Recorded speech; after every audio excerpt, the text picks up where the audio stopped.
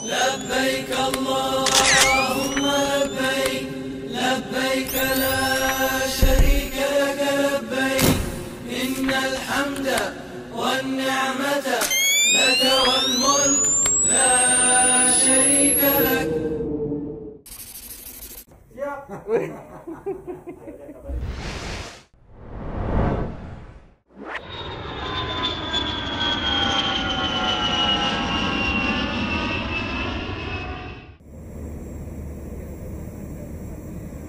Bismillahirrahmanirrahim. Assalamualaikum warahmatullahi wabarakatuh. Jemaah Utur yang dibimbing Ustadz Khalid Basalama kali ini akan mengunjungi Spanyol untuk berwisata sekaligus mengenal sejarah peradaban Islam di Andalusia atau Spanyol. Sekarang kami sudah tiba di Doha, sedang menunggu transit pesawat ke Spanyol.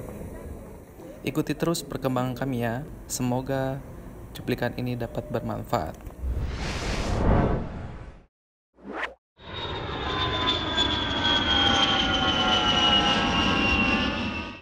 Baik, kita baca zikir pagi ya.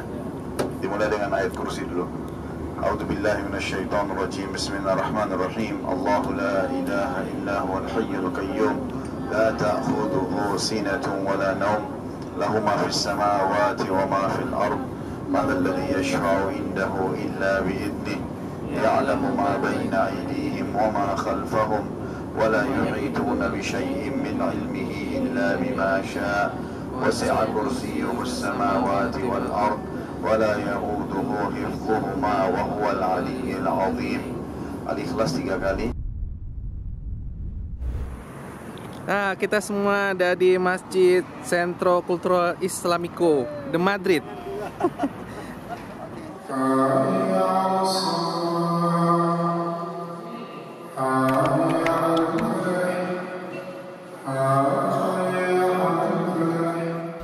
Perjalanan di Spanyol kali ini diawali dengan mengunjungi salah satu masjid terbesar di Andalusia atau di Spanyol yang memiliki pengaruh dalam perkembangan Islam di Andalusia sampai saat ini.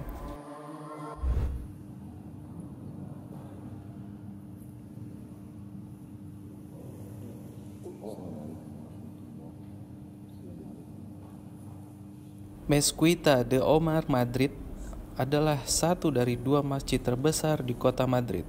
Di sini, tempat berkumpulnya organisasi Islam yang menyebarkan dakwah dan menaungi para mu'alaf. Alhamdulillah, Uhutur berkesempatan untuk sholat dan mengenal terlebih dalam tentang masjid ini.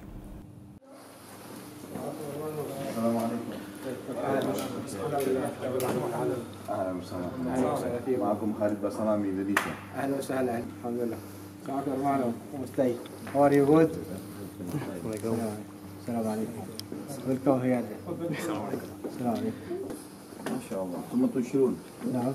تنشرون القرآن. ما شاء الله. احنا وجه بشكل عام اكثر شيء باللغه الاسبانيه، قران في اللغه الاسبانيه، اي اسباني بدي فيه قران في اللغه. كيف رد الفعل؟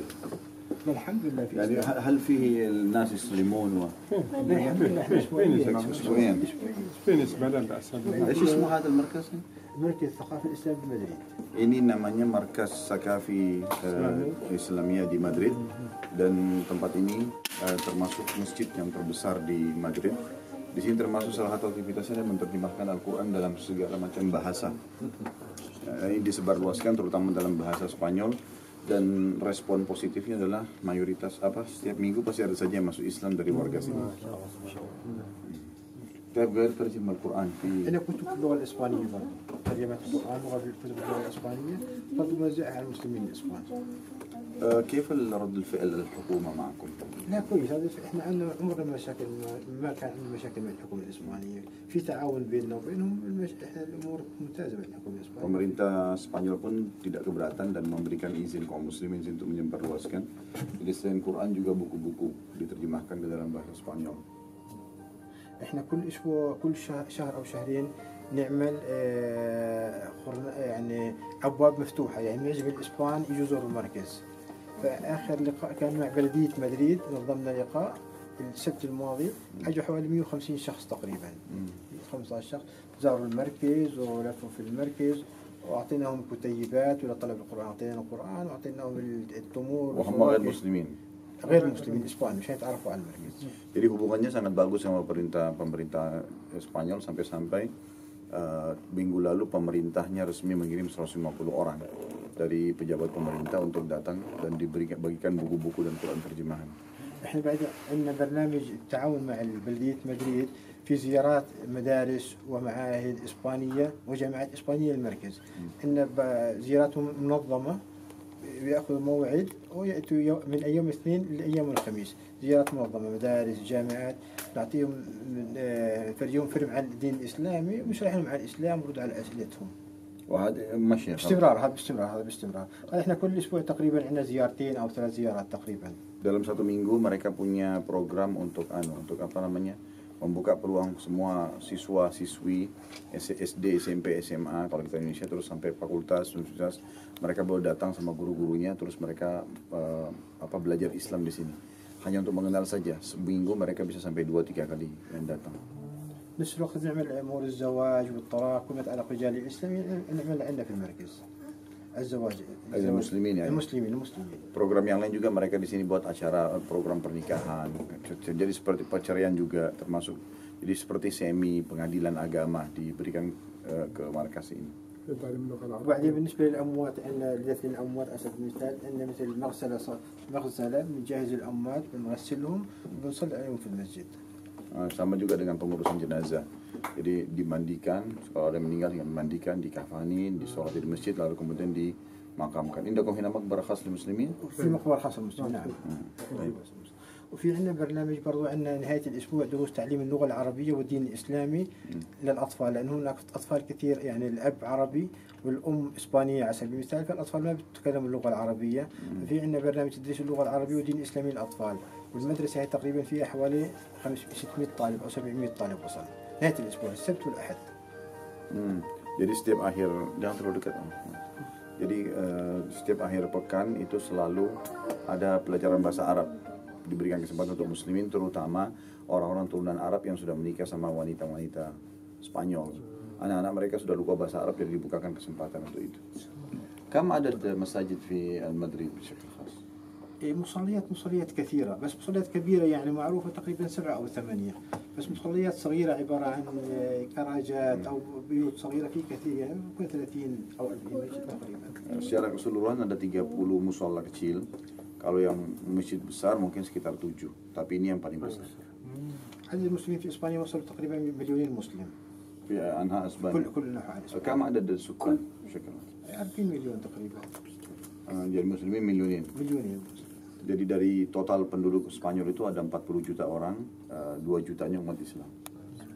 نفس الوقت احنا اي استفسارات من وسائل الاعلام الاسبانيه او من الحكومه الاسبانيه، اي استفسارات عن الاسلام عن المسلمين، احنا بنساعد نقدم هذه المعلومات للحكومه الاسبانيه، وسائل الاعلام باستمرار بيجوا عنا على المركز بيعملوا مقابلات معنا، اي حاجه تصير يهم المسلمين بيتكلموا عنها واحنا بنشرح لهم ايش الاشياء اللي تصير يعني. Jadi kalau ada informasi apapun yang sedang berkembang, isu lagi panas tentang Islam, maka biasanya media-media Spanyol datang ke sini kemudian mengambil informasi lalu mereka menjelaskan.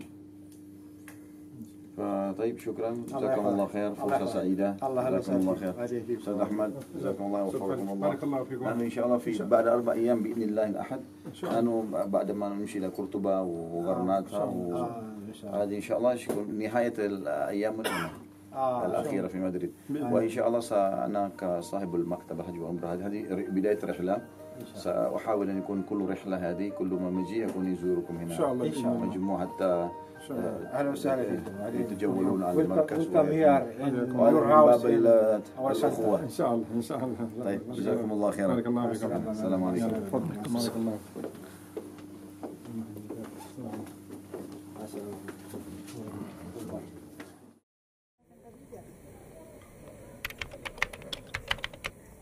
Di Spanyol Selatan, atau tepatnya di kota Cordoba ini, memiliki banyak peninggalan sejarah Islam. Makanya tidak heran ada beberapa restoran yang menjual makanan serba halal di Andalusia. Sekarang kita berada di Cordoba, mau mencari makan buat malam ini. Nah, Ini dia jalannya menuju tempat restoran. Ini adalah restoran kita malam hari ini. Menunya ada banyak.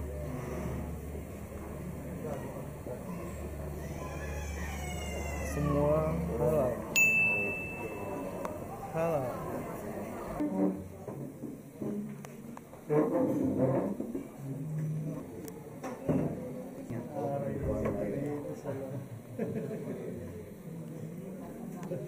Tapi untung bodyguardnya nggak ikut ya Pak ya?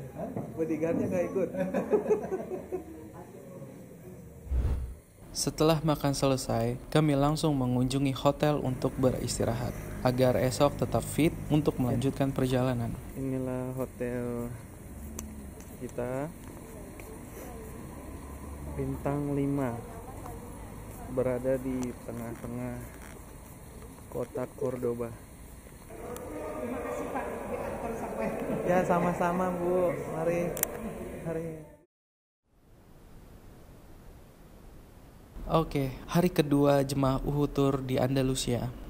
Sekarang kami mengunjungi Museo Taurino. Tempat ini adalah salah satu tempat yang paling banyak dikunjungi oleh wisatawan, karena ini salah satu bagian dari pusat peradaban sejarah di Cordoba. Ini adalah sumur apa ya? Sumur ikan. Tidak tahu namanya ini. Sepertinya sangat dalam. Tuh.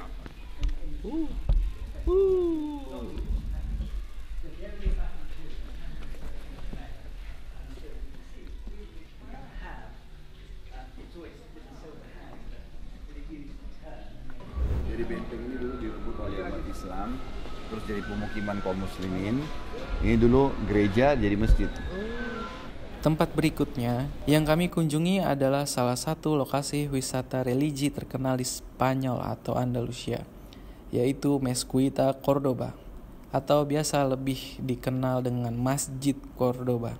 Masjid ini salah satu saksi kemasyhuran peradaban Islam di Spanyol atau Andalusia. Namun, kini Masjid Cordoba beralih fungsi menjadi gereja.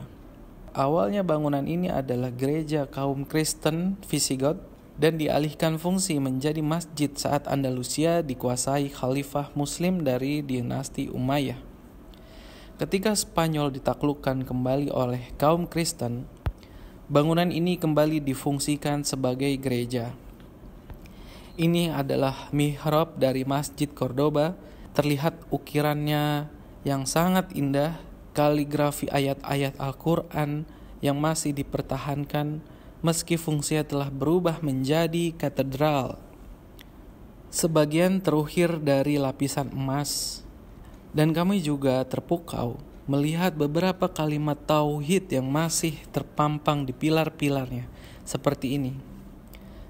Peninggalan sejarah lainnya seperti ukiran-ukiran tulisan Arab dan berbagai pecahan ornamen arsitektur masih diabadikan dengan baik. Masjid Cordoba ini masih menjadi saksi sampai saat ini kejayaan Islam di Andalusia atau Spanyol pada zamannya. Dan kini Masjid Cordoba menjadi salah satu tujuan wisata religi yang mendunia. Pada tahun 1994, UNESCO menetapkan Masjid Cordoba sebagai salah satu situs paling bersejarah di dunia.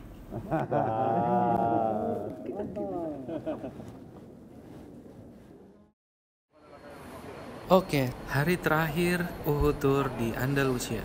Halo, morning. Kali ini kami mengunjungi suatu tempat yang juga memiliki sejarah peradaban Islam. Inilah Alhambra. Alhambra merupakan simbol sejarah peradaban Islam di Eropa, khususnya Andalusia. Didirikan oleh kerajaan Bani Ahmar atau bangsa Moor dari Afrika Utara secara bertahap antara tahun 1238 Masehi hingga 1358 Masehi. Selain menjadi bukti kejayaan Islam, Istana Alhambra juga memiliki nilai arsitektur tinggi. Di dalam istana, Seni kaligrafi mendominasi hiasan dinding, pilar, atap istana yang memancarkan nuansa emas yang begitu indah. Masya Allah. Sejak 1984, Istana Alhambra ditetapkan oleh UNESCO sebagai peninggalan warisan budaya dunia. Kini, Alhambra menjadi museum sekaligus tempat wisata religi yang wajib dikunjungi terutama oleh kaum muslimin. Ke kota Madrid rasanya belum lengkap kalau belum ke tempat yang satu ini. Today, a quarter past 4, we have the Clásico. Ya, sekarang kami sedang mengunjungi Santiago Bernabeu untuk sekedar mengabadikan momen dengan berfoto bersama di tempat stadion dengan desain arsitektur megah ini. Assalamualaikum warahmatullahi wabarakatuh. Alhamdulillah wassalatu wassalamu ala rasulillah. Islam adalah agama yang sempurna. Salah satu kesempurnaannya adalah Islam memerintahkan penganutnya untuk menjaga kesehatan, yaitu olahraga. Salah satunya adalah olahraga. Walaupun juga ada bimbingan yang lain tentang masalah makanan, minuman yang sehat, kemudian pola tidur, ya, pola hidup, pergaulan, dan seterusnya. Namun olahraga adalah bagian daripada itu. Nabi SAW selalu memotivasi umatnya untuk itu. Di antara hadis Nabi SAW yang sahih berbunyi, ajarkan anak-anak kalian untuk menunggangi kuda, melempar tombak, juga memanah. Dalam riwayat lain adalah berenang. Hadis ini adalah sangat mulia, memerintahkan untuk berenang, memerintahkan untuk memanah, memerintahkan untuk melempar tombak, memerintahkan juga untuk menunggangi kuda.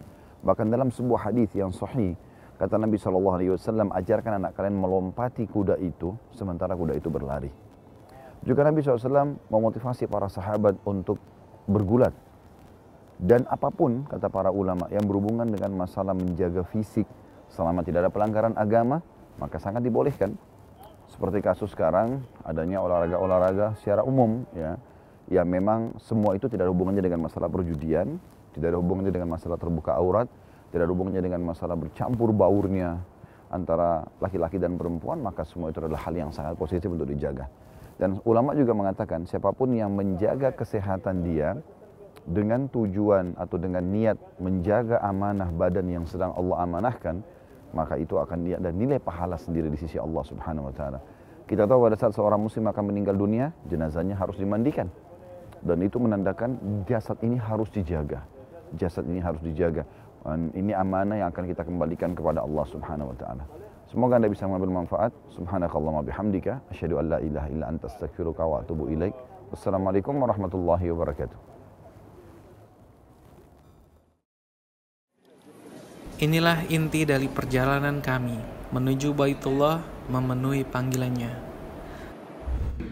Kata syekhnya, orang ini subhanallah yang menjadi sebab atau salah satu sebab terjadi ijabah doamu. Salah satu kegiatan rutin jemaah Utur selama di Madinah yaitu kajian bersama Ustadz Khalid Basalamah, Hafizahullah. Kasih 20.000 ini, saking gembiranya orang punya hajat ini, dia mengatakan aku mencintaimu ya Allah. Contoh saja, Allah Subhanahu wa taala punya cara, ya.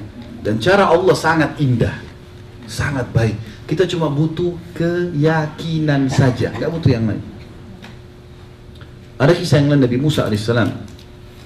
Nabi Musa alaihissalam ini pernah berkata kepada Jibril alaihissalam, saya ingin melihat keadilannya Allah, keadilannya Allah. Kata Jibril alaihissalam, kau tidak bisa tahan, gak bisa kamu sabar. Allah berbeda dengan manusia, kita ini emosional. Allah SWT itu maha pengampun, maha pengasih, luar biasa. Kata Musa AS, saya coba sabar. Nah ini lapor kepada Allah, Allah bilang baik, suruh saja Musa pergi ke satu sungai. Nggak usah buat apa-apa, lihat saja. Cuma melihat, nggak buat apa-apa. Maka Musa AS pergi ke sana besok paginya. Di sungai dari kejauhan dia melihat. Ternyata di sungai itu ada orang pertama datang penunggang kuda. Naik kuda, jalan. Haus dia, orang ini penunggang kuda, dia turun dari kuda, Nabi Musa AS dari jauh. Waktu dia turun, rupanya di pinggangnya, itu ada kantong isinya duit. Banyak uangnya, harta dia ditaruh di sini sama dia. Waktu dia turun minum, rupanya lepas dari ikat pinggangnya, dia nggak sadar. Dia naik kuda, dia pergi. Ini orang yang pertama. Musa AS lihat. Berapa menit orang itu jalan, berapa saat orang itu jalan, ada satu anak kecil datang, belum balik, masih 7 tahunan. Datang, dia haus, dia minum di air itu. Begitu dia balik, di sebelahnya ada kantong duit banyak. Diambil sama anak kecilnya, langsung dia pergi. Ini orang yang kedua. Kenapa? Kemudian datang orang ketiga, orang buta, pakai tongkat. Sampai tiba di suara sungai, dia dengar air, dia minum di situ. Rupanya waktu si buta minum air, penunggang kuda yang pertama kembali. Lalu dia bilang, hai bapak buta, ya, di mana uang saya? Kata dia, uang apa? Saya buta, saya nggak bisa lihat apa-apa. Dia bilang, tadi saya baru mampir di sini, tidak ada orang lain, cuma kamu saja. Saya tadi yakin waktu sebelum turun dari kuda, uang itu masih terjepit di pinggang saya. Sekarang nggak ada, pasti kamu yang ambil. Enggak, saya nggak ambil. Ributlah 2 orang ini. Apa yang terjadi? Karena ribut, akhirnya si penunggang kuda membunuh si buta. Membunuh si buta. Lalu dibongkar barangnya, nggak ada. Lihat kiri kanan, nggak ada. Akhirnya kena putus asa, dia pergi. Lalu kata Musa alaihissalam, wahai Jibril, sampaikan kepada Allah, saya nggak bisa sabar. Maksudnya apa? Menurut Nabi Musa alaihissalam, dia tahu siapa yang salah. Kira-kira menurut Bapak Ibu siapa yang salah di sini? Hah? Hah? Yang benar. Berarti belum lulus. Anak kecilnya. Karena kalau anak kecil nggak ambil duit, nggak ada masalah. Bener nggak? Sekarang kalau anak kecil minum, dia nggak ambil kantong itu, si penunggang kuda kembali ambil duit, pergi, selesai kan? Tapi karena dia ambil duit, bukan punyanya, maka si penunggang kuda berantem sama orang buta dibunuh. Bener nggak ini? Hah? Nah, baru connect ya? Baiklah. Menurut Nabi Musa AS seperti yang kita pahami, anak kecil yang salah. Tapi kata Jibril AS, bukan dia yang salah, hai Musa. Justru anak kecil itu yang benar. Tambah bingung Nabi Musa AS. Bagaimana ceritanya? Dia ambil duit, kalau dia tidak ambil duit, nggak akan bunuh, terjadi pembunuhan nih. Kata Jibril AS, begini ceritanya. Ini kisah yang luar biasa. Apa kata Jibril AS? Begini ceritanya. Ini anak kecil punya ayah. Ayahnya dulu pegawainya si penunggang kuda. Dan dia pernah kerja sekian tahun, pernah ada haknya tidak dikasih oleh penunggang kuda itu. Jumlahnya seperti itu, kantong yang jatuh itu. Orang penunggang kuda ini nggak pernah berpikir dia akan keluarkan uang sejumlah itu, dia akan minum di situ, akan jatuh di situ, dan di situ tinggal orang yang pernah dia zalimi. Allah sampaikan haknya anak ini itu dengan caranya. Allah SWT dengan cara. Ada ceramah lain loh, Pak.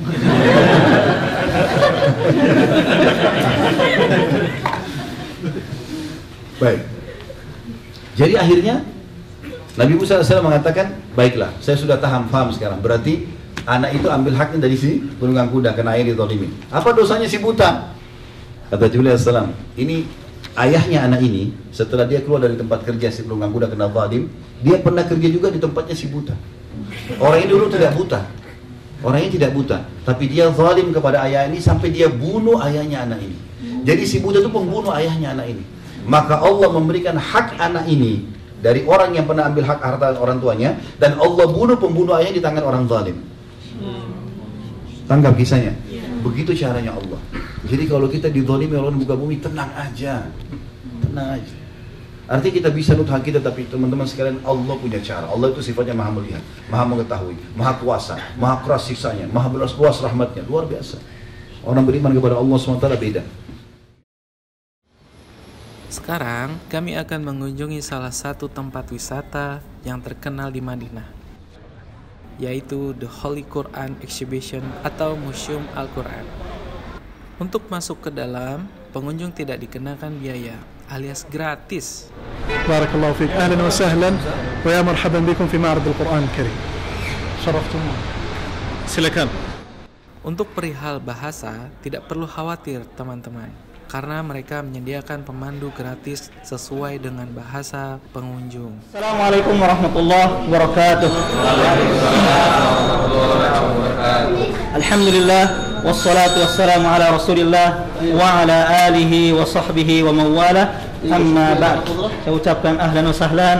Selamat datang pada Bapak Ibu jamaah umrah yang dirahmati Allah Subhanahu wa taala. Mudah-mudahan Bapak Ibu sekalian selalu dalam keadaan sehat walafiat, selalu dalam Allah Subhanahu wa taala, sehingga insyaallah ibadah umrah yang akan dilaksanakan oleh Bapak Ibu sekalian lancar dan diterima Allah Subhanahu wa taala. Amin. Perkenalkan, nama saya Lanlan, asal saya dari Bandung, Jawa Barat. insya Allah akan memandu Bapak Ibu sekalian di pameran Al-Quranul Karim ini. Di pameran Al-Quran ini insya Allah Bapak Ibu sekalian akan melihat-lihat koleksi mushaf Al-Quran yang umurnya ratusan tahun. Bahkan salah satu di antaranya merupakan mushaf yang ditulis pada masa Khalifah Sayyidina Utsman bin Affan radhiyallahu anhu.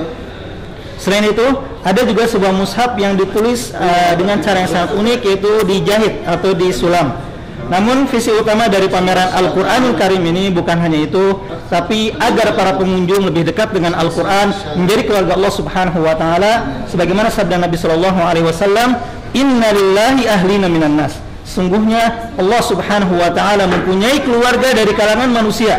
Lalu para sahabat bertanya, siapakah mereka wahai Rasulullah? Kemudian Nabi SAW menjawab, hum ahlul Quran, ahlullah wa khasatuh. Keluarga Allah dari kalangan manusia adalah ahli Al-Quran. Jadi inilah visi utama dari pameran Al-Quranul Karim ini, adalah agar kita menjadi ahli Al-Quran, keluarga Allah Subhanahu wa Ta'ala. Menjadi keluarga Allah Subhanahu wa Ta'ala, ahli Al-Quran, tidak cukup hanya menjadi seorang qari atau seorang hafidh Al-Quran atau seorang ahli tafsir, tapi ada beberapa sifat yang harus kita lakukan agar kita benar-benar menjadi ahli Al-Quran, keluarga Allah Subhanahu wa Ta'ala yang mulia.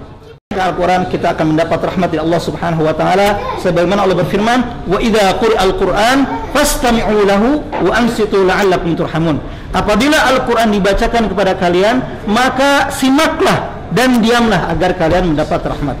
Bahkan terkadang Nabi Shallallahu Alaihi Wasallam mendengarkan Al-Quran dari para sahabatnya, padahal Al-Quran turun kepada siapa? Kepada Nabi Muhammad SAW, tapi dengannya beliau menyukai bacaan dari para sahabatnya. Kemudian yang kedua, agar kita menjadi ahli Al-Quran, keluarga Allah Subhanahu wa Ta'ala, adalah rajin membaca Al-Quran. Pahala membaca Al-Quran sangatlah besar, bahkan satu huruf dari Al-Quran itu senilai dengan 10 kebaikan. Nabi bersabda, man qara harfan min kitabillah falahu bi hasanah wal hasanatu bi 10 amsalha. La yaqulu alif lam mim harfun, walakin alifun harfun, wa lamun harfun, wa mimun harfun. Kata Nabi SAW, barang siapa yang membaca satu huruf dari Al-Quran, maka baginya satu kebaikan, dan satu kebaikan tersebut akan dilipat gandakan menjadi 10 kebaikan. Lalu Nabi SAW mencontohkan alif lam mim, tidak dihitung satu huruf, tapi alif satu huruf, lam satu huruf, dan mim satu huruf. Jadi subhanallah, hanya dari 3 huruf saja kita sudah mendapat 30 kebaikan. Coba bayangkan berapa kebaikan yang akan kita dapatkan jika kita membaca Al-Quran dari Al-Fatihah sampai An-Nas. Bahkan Nabi SAW bersabda, Iqra'ul Quran fa innahu ya'ti yaumal qiyamah syafi'an li ashabi. Bacalah Al-Quran, karena Al-Quran kelak akan menjadi syafaat, akan menjadi pembela bagi yang membacanya kelak di hari kiamat. Bapak Ibu sekalian, insyaallah untuk poin selanjutnya akan kita jelaskan di ruang berikutnya, sambil kita menjelaskan tentang sejarah Al-Quran, bagaimana diturunkan dan bagaimana ditulis sampai kepada kita tanpa mengalami perubahan sedikit pun. Silakan Bapak Ibu sekalian. Museum ini memiliki beberapa ruang yang menggambarkan berbagai macam koleksi Al-Quran, dari yang tertua hingga yang terbaru. Kami sudah memasuki 2 ruangan, namun saya minta maaf tidak sempat merekamnya karena alasan tertentu. Bapak Ibu yang dirahmati Allah Subhanahu wa Ta'ala, jika di 2 ruangan tadi kita telah melihat mushaf tertua, yaitu mushaf yang ditulis pada masa Khalifah Utsman bin Affan radhiyallahu anhu, kemudian di ruangan berikutnya kita telah melihat mushaf terunik yang ditulis dengan cara dijahit atau disulam, maka di ruangan ini bisa kita katakan ada beberapa contoh mushaf termahal. Pasalnya kenapa? Karena sebagian dari mushaf Al-Quran ini ditulis dengan tinta emas. Seperti yang ada di sini, ini figuranya, hiasannya terbuat ditulis dengan emas. Kemudian ini juga, ya. Lalu ini juga, kemudian ini juga, kemudian ini garis-garisnya ditulis dengan emas. Kemudian ini huruf-hurufnya ditulis dengan emas. Dan di sini juga ada yang sangat unik, Al-Quran yang ditulis hanya dalam 60 halaman, di mana satu juznya cuma 2 halaman. Sebelum juga kita ke ruangan berikutnya, saya ingin menjelaskan tentang benda yang ada di dalam kaca ini. Ya, di dalam kaca ini terdapat lemari atau rak tempat penyimpanan Al-Quran. Ini merupakan dulunya hadiah dari Mesir untuk Masjid Nabawi, untuk tempat penyimpanan Al-Quran. Dihadiahkan pada tahun 1328 Hijriah atau sekitar 1910 Masehi. Terdiri dari 3 pintu yang menggambarkan mihrab salat, ya, yang di tengahnya seperti arah kiblat, yang di atasnya adalah lafzul jalalah atau lafaz Allahu Jalla Jalaluh. Bahannya terbuat dari kayu dipadukan dengan gading gajah dan kulit kerang. Kemudian engsel dan tiangnya terbuat dari perak. Insyaallah di ruang berikutnya kita akan menyaksikan sebuah video bagaimana dampak Al-Quran terhadap kehidupan manusia. Silakan Bapak Ibu sekalian. Sekarang, pemandu mengajak kami memasuki ruangan yang di dalamnya terdapat layar besar. Layar ini digunakan untuk menampilkan video singkat untuk menunjukkan keagungan Al-Quran Nur Karim yang membuat kita yakin berapa penting dan dahsyatnya Al-Quran dalam kehidupan manusia. Sekarang, kami memasuki ruangan terakhir, di mana ruangan ini adalah tempat untuk membeli Al-Quran. Percetakan Al-Quran terbesar di dunia, yang mana per tahunnya mencetak dan mendistribusikan jutaan mushaf Al-Quran. Bahkan tahun kemarin sekitar 12 juta Al-Quran telah diproduksi, baik berbagai ukuran, berbagai bahasa, dan berbagai riwayat. Telah menerjemahkan Al-Quran ke lebih dari 75 bahasa, termasuk bahasa kita yaitu bahasa. Teman-teman, jika ingin wakaf Al-Quran untuk Masjid Nabawi atau Masjidil Haram, bisa membelinya di sini. Karena yang diterima Masjid Nabawi atau Masjidil Haram hanya Al-Quran cetakan asli Madinah. Oke, hari terakhir kami di Madinah. Kali ini kami akan menuju bukit yang sangat indah dan mempunyai nilai sejarah kekuatan Islam pada saat Perang Uhud tahun 3 Hijriah. Ya, bukit ini adalah Bukit Pemanah. Untuk penjelasan lebih lengkapnya, mari kita dengarkan tausiah dari Ustadz Khalid Basalamah. Assalamualaikum warahmatullahi wabarakatuh. Alhamdulillah wassalatu wassalamu ala Rasulillah. Segala puji dan puja kehadirat Allah Subhanahu wa taala, juga salawat dan taslim kepada Nabi besar Muhammad sallallahu alaihi wasallam. Kita sekarang berada di gunung atau Bukit Pemanah. Disilakan dengan Bukit Pemanah karena Nabi sallallahu alaihi wasallam pada saat terjadi perang Uhud di tahun 3 Hijriah di hari Sabtu, pada saat orang-orang Quraisy berusaha untuk menyerang Madinah setelah mereka merasa terpukul dan tersakiti tahun 2 Hijriah, setahun sebelumnya dikalahkan di perang Badr. Dan di waktu itu pasukan muslimin 314 orang mengalahkan 1000 pasukan Quraisy, dan hampir seluruh tokoh-tokoh besar mereka meninggal terbunuh kecuali sebagian kecil. Yang sempat selamat Abu Sufyan karena tidak ikut berperang, dan memang tinggal dia sendiri yang dituakan, sisanya adalah anak-anak muda. Di tahun 3 Hijriah ini mereka masuk ke atau mendatangi kota Madinah. Tepatnya di depan kita ini, di depan saya, ini adalah arah kota Madinah. Di zaman dulu ini kota Madinah. Dan di sini dulu ada pintu gerbang. Ada pintu gerbang besar seperti benteng ya. Jadi lokasi kita sekarang ini di luar daripada pintu gerbang. Perbatasannya adalah lembah yang ada di depan, yang ada jembatan itu perbatasannya. Di sebelah kiri saya ini Gunung Uhud yang sudah saya jelaskan tadi di bus.